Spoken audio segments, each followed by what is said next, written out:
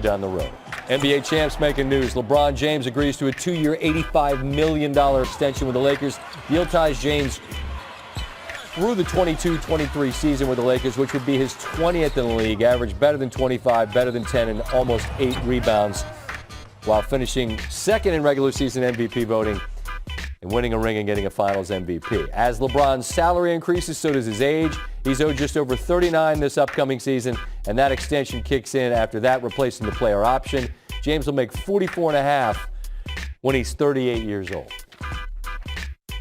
Hope Dave McMenamin enjoyed the 3 minutes off he got out of the bubble and the season getting ready to start. We're saddling back up and riding our Lakers horse here. I don't know that there's ever a bad time to take $80-some-odd million in guaranteed money, but why now for LeBron?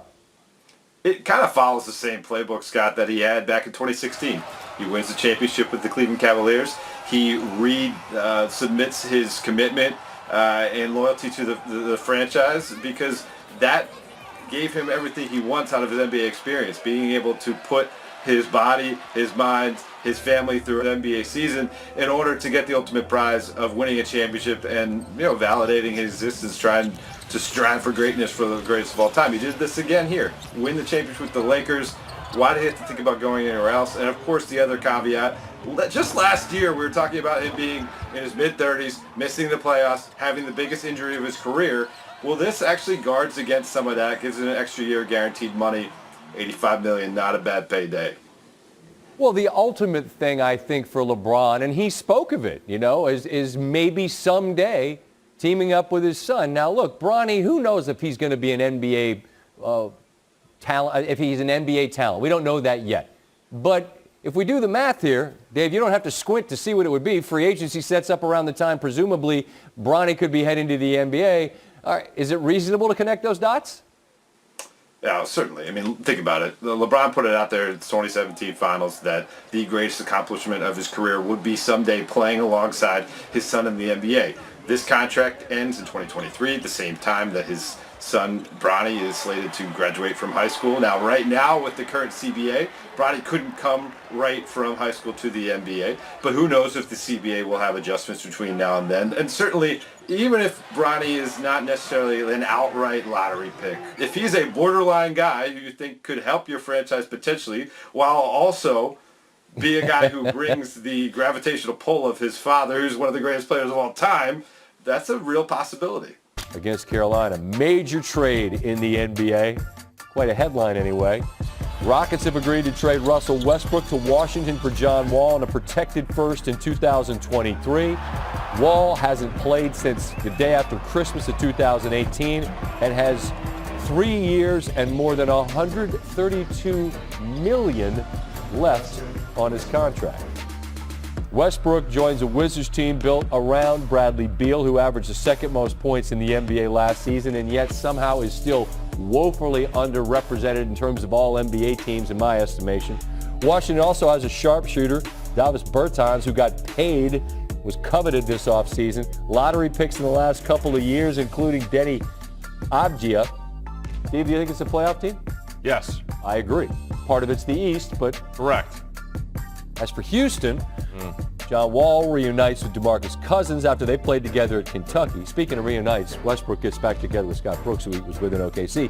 Be interesting to see how the game meshes with Harden, who became the first player since Michael Jordan to average 30 in 3 consecutive seasons.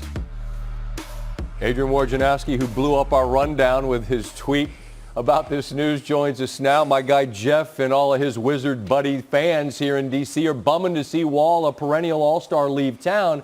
But Woj, he's a guy coming off an Achilles, and explosiveness was his calling card. What does Houston think they're getting in Wall?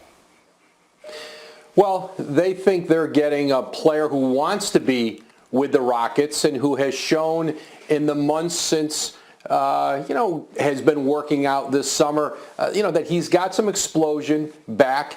He's expanded his game. He's shooting a three-pointer well with all of this time off. But listen, this was a trade of 2 players on 2 teams who wanted to go in the other direction. Russell Westbrook wanted to be in Washington, reunited with Scotty Brooks, play with Brad Beal. And John Wall wanted to play with James Harden, wanted to go to Houston. And finally, they got that deal done this afternoon. The two general managers hadn't talked in weeks, and Russell Westbrook's agent, Thad Fouché, really got them talking today, and then within a few hours, they had a deal. He said, we can repeat. I mean, it's that simple. We absolutely can. First of all, it all starts with health. You have to have some luck. You have to have health. If we can stay healthy, ... All right, you can fill in the blank there with that ... Of course, there is going to be some other competition in the West trying to keep the Lakers from making it to the title game once again. That team playing also in the Staples Center. So I ask you, Max, is Kawhi going to be the one that stands in the way of the Lakers making it to a championship once again? Oh, I hesitate to answer this question because I know what's coming. So I'm going to give my answer, and then I'm going to lay out for a while. And then I'm coming back at you, Stephen A. Okay. Let me just say the answer to the question, does Kawhi have the best shot to stop LeBron, is no. What? The floor is yours. What? Really? Oh, you know something, Max? Max Kellerman is hilarious. Let me get this straight. The best player in the world, Kawhi Leonard, your guy. The guy that's the best player in the world, Stephen A. Tell me, please, he's the man. It's not LeBron. He's not the king. That dude, Kawhi Leonard, who led the Clippers. That's right. Go hide, Max. Wait a minute. Let me put an APB out for Max Kellerman. Where the hell is he? Get your behind back here. Don't hide now. You got to be kidding me. Excuse me? Kawhi Leonard, who just got Serge Ibaka, who still has Paul George. He's got Ty Lue as a new coach. That's right. Show that face, Max Kellerman. Show that face. You got to be kidding me. You're going to sit up here with a straight face? I don't even give a damn about what your answer is. That's right. Ooh, I can't believe him. I can't believe you actually sat there with a straight face and said not Kawhi Leonard. Not Kawhi Leonard. The season hasn't started yet. Preseason hasn't started yet. The Clippers lost a 3-1 lead. They're highly motivated. Kawhi's got something to prove. Ty Lue's his new coach. Paul George got to show that he ain't going to hit the side of backboard from three-point range. And I love Paul George, so I don't like getting on him. Reggie Jackson has been retained. Patrick Beverley is still there. Serge Ibaka has replaced Montrezl Harrell. You're trying to tell me that you don't believe that Kawhi Leonard, your dude, the #1 player in the world, the two-time champion, the two-time finals MVP, that dude does not have he's not the favorite to knock off LeBron. I didn't even sit up there and ask you, is he going to knock off LeBron? I said, should he be the favorite? And your answer is no, Max Kellerman? No? Really? Really? You said something just now that explains why. You said you like Paul George. You don't want to get on him. That's the reason. If it was Kawhi on a team built that has a similar strength to the Lakers, that's one thing. It is not. Because his second banana, Paul George, goes away in the playoffs. Stephen A., Kawhi needs all the extra credit to be considered better than LeBron. I thought he was going to